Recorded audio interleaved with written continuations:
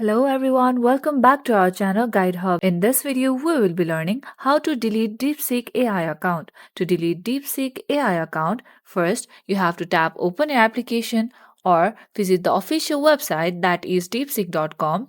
Make sure that you are logged in. After this, tap on the two horizontal lines located on the top left. Now tap on the profile icon located on the bottom.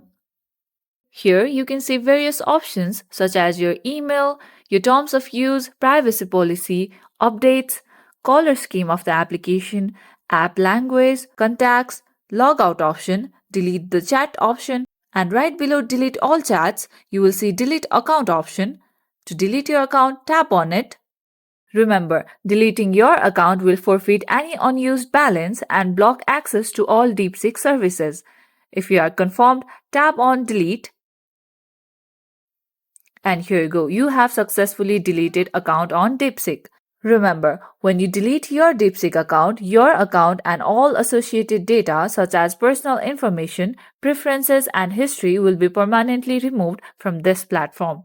That's it for today's video. Hope you guys find this tutorial helpful. If yes, don't forget to like and subscribe to the channel.